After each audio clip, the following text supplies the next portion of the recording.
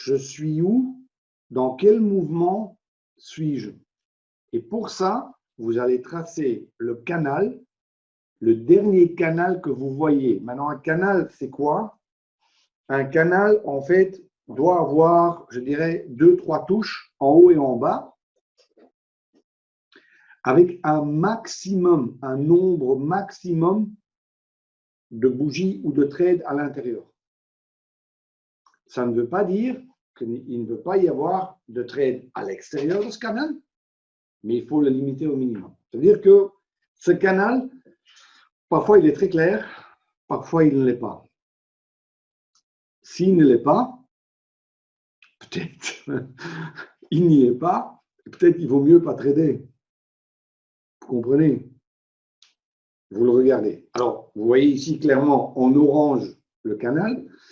Et dans ce canal, il faut aussi reconnaître des zones où le marché était stable, c'est-à-dire en zone de juste valeur, où les acheteurs et les vendeurs étaient d'accord, et les phases où le marché bougeait entre ces zones. Parce que le marché, c'est quoi finalement?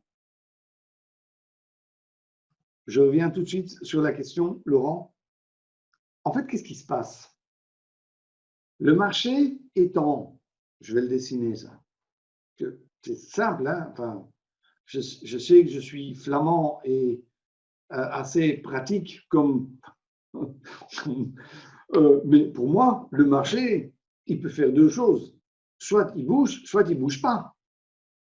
Ça veut dire, qu'est-ce qui se passe en fait si vous regardez un graphique? Ben, s'il ne bouge pas, et il fait ça. Puis il bouge, il va vers le haut, puis il ne bouge pas. Puis il chute, puis il ne bouge pas. Puis il chute plus bas, il ne bouge pas. C'est-à-dire que entre des zones de juste valeur ou des zones d'équilibre, il y a des zones où le marché bouge. Voilà ce qu'il faut essayer de voir. Maintenant, je sais bien que ce n'est pas une science exacte et parfois, ce n'est pas toujours facile de voir, mais c'est quand même ça qu'il faut essayer de voir. Et nous, évidemment, on veut éviter ces zones-là et on veut essayer d'avoir des trades dans des zones pareilles, ou ici, ou là. On parlera des stratégies cet après-midi. Mais quand vous regardez un graphique, 1 minute, 5 minutes, 1 heure, ce que vous voulez, c'est ça qu'il faut regarder ou en envergure. Maintenant, je viens sur la question de... Et encore, voilà, j'agrandis, hein, comme ça vous voyez un peu mieux. 4 bougies, juste pour limiter, scalper ces pertes. Et encore une fois, vous allez, enfin, et ça c'est le business model, il suffit que, attends, hein, je dois rouler, c'est assez nerveux maintenant. Je suis break-even de nouveau, je ne peux plus perdre. Premier gain, triade derrière. Et là, maintenant, pour chaque fois, trader ces impulsions avec la moyenne mobile exponentielle 20 et 8. Et je suis, allez, moi, je vais, évidemment, j'ai qu'une petite position pour moi, mais vous voyez ici, tant que je suis du bon côté de la ligne rouge, pour moi, la tendance, elle est vivante. Break-even, premier objectif atteint. Allez, on a dépassé le 300. On attend. Je suis en dessous du 300 là. J'attends. Triade, vous voyez, il me faut une bougie encore. Là, je peux le mettre à 300. Il ne me la donne pas. Moi, je ne sais pas où il va aller, hein, le marché. Moi, je suis, moi. Enfin, je vais où il va. Price action live. Voilà. Hop, en dessous. Et maintenant, évidemment, on attend que de voir l'impulsion, de voir la volatilité, de voir la tendance dans la bonne direction. Ça veut dire, notre analyse a dit, je veux acheter. Mais le signal n'est pas là. ce sont deux choses différentes. Hein. Dire, c'est bon, hein, moi je veux bien acheter, hein, mais je veux qu'il me donne le signal. Je veux prendre une stratégie de ma poche et de dire, voilà, maintenant j'y vais. Et c'est pour ça que si on aborde le trading, l'analyse, la prise de position d'une façon structurée, on peut, je pense, hein, faire le plus important dans le trading, et c'est de ne pas trader quand il vaut mieux pas trader. Le réel gain est là. Et ici, il n'y en a pas question. D'accord? On redémarre l'enregistrement pour cette 4e session. Et comme je vous ai dit, cet après-midi, je vais essayer de vous donner quelques possibilités à trouver des opportunités de trading. Je pense que je l'ai mentionné dans mon introduction hier matin, c'est qu'à mon avis, les gens, ils traitent beaucoup trop la même chose. On est fixé sur un instrument. On se dit, oui, en Allemagne, tout le monde trade le DAX. En France, beaucoup CAC 40, Eurodoll. Il y a certaines personnes qui tradent le pétrole. Mais on a certains instruments qu'on veut trader. Mais a priori, ce n'est pas un grand problème, vu que je pense que c'est un manque, on manque beaucoup d'opportunités comme ça. Et je pense que beaucoup de traders il serait mieux pour beaucoup de traders de pouvoir trader ou se spécialiser sur certains mouvements, sur certains setups, sur certaines stratégies, sur certaines analyses, et pas sur un instrument. Puisqu'un mouvement de prix est un mouvement de prix. Toi, Bruno? Ah ouais, encore, toujours sur le même trad. Ben, c'est pas mal quand même J'ai alors. jamais vu ça, j'ai jamais vu ça. Tu Jamais vois, vu. non, c'est parce que tu es avec moi. Ouais, ouais. Non, mais, Je constate, oui, oui. ah oui, ils sont surpris là. Bon. Chez moi, ça bouge tous les jours comme ça, hein? Alors non. Donc, tu es rentré à quelle heure, Bruno? Dis-moi. Je sais même plus maintenant. Là, tu sais plus. Ah, À la sortie du breakout, là, attends, faut que je cherche. tu veux dire ici, là? Attends, je Là, cherche. Attends, bouge là, pas. Euh, à 15h ouais, c'est 15h57. 57, là? Ah Ouais, ben, dis donc, ouais. à la sortie, là. Ouais, T'es rentré là et t'es là maintenant. ouais. Mais j'ai rien fait, hein. J'ai mis en automatique. Voilà. Voilà. Il bosse mieux que moi, l'ordinateur, hein, franchement. Mais ça, non, mais on en parlera demain. Ben, avec le price action, on a ça aussi un peu. J'ai toujours pas assez de courage pour le laisser courir en full automatique sur les retournements. J'ai fait du backtesting là-dessus. Honnêtement, c'est très prometteur, mais ça m'a pris, pour la vol à open, ça m'a pris des mois hein, avant que j'osais laisser. Ainsi, l'analyse, les mouvements, les stratégies, le money management, tout ça, le business plan est le même. Et demain, on parlera d'un plan de trading. C'est vrai. Mais là, il y a des choix que chacun doit faire. D'accord? Et en fonction de ce choix, vous pouvez faire un choix de courtier, de produit ou de plateforme de trading. Par exemple, si vous voulez faire du scalping ou du trading rapide, je vous conseille vivement NanoTrader ou NinjaTrader.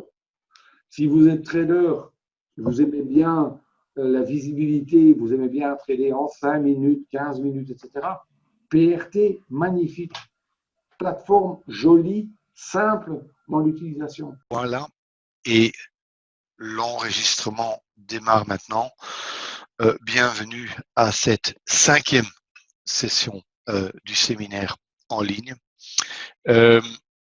Hier et avant-hier, on a déjà parlé de d'analyse marché, on a tradé sans indicateur, on a passé en revue plusieurs stratégies de trading, on a tradé en live. Même chose hier. Hier, on a parlé beaucoup des unités de temps, la volatilité, le concept de volatilité, et on a tradé sur plusieurs instruments ensemble, hein. Le forex, plusieurs indices, les actions. Comment trouver des opportunités? Ça, on en a parlé hier après-midi. Je vous ai montré les possibilités de sites en US. Beaucoup de gens maintenant qui ont fait ces formations chez moi et qui tradent les mouvements et tout ça. Et ce que je vois souvent après 12, 18, 24 mois, quand ça commence à marcher, que les traders qui vraiment ont beaucoup de succès se sont spécialisés dans un ou dans deux mouvements. Par exemple, j'ai des traders qui sont spécialisés sur des tests de support. J'en ai un qui s'est spécialisé dans les trades de retournement. Il ne trade que ça sur le Nasdaq et uniquement sur le Nasdaq. Il fait en moyenne 2 trades par jour. Et il est alerté par les systèmes. Mais je ne vous cache pas, ce sont des montants de 5 chiffres par mois. Hein. Je veux dire, ce que j'essaye de vous dire, le moins que possible. Là. Analyse simple, structurée, stratégie aussi. Des choix clairs et précis. Je comprends quelqu'un comme Manu, par exemple, qui débute. Début difficile parce qu'il faut un peu tester, il faut un peu voir, faut un peu. Mais vous devez avoir en tête que le but est d'arriver à un point où vous trouvez votre bébé, votre stratégie, le mouvement que vous aimez trader. D'accord? Si vous tradez 100 fois, en moyenne, vous gagnez combien de fois et vous perdez combien de fois? Si vous tradez et vous risquez 100 euros, par exemple, quelle est votre perte moyenne? Quel est votre gain moyen? Je peux vous dire tout de suite, vous devez être là à un ratio entre les deux, entre 1,5 et 2,5. Si vous avez un taux de réussite qui est grosso modo 55%, plus c'est toujours bien, vous gagnerez, même avec les commissions. Et le business model, il est là.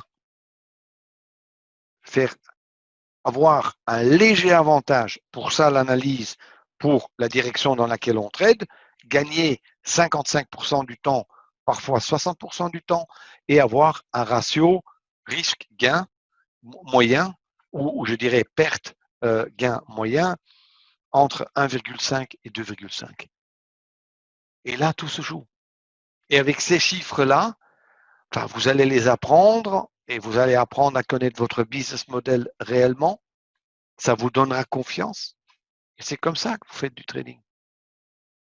C'est comme ça qu'on fait le pas de trading vers un business de trading. Je vous dis honnêtement, peut-être 5% des traders font ça. Tout le reste ne le fait pas. Bah, ils ont tous tort. C'est vrai. Hein?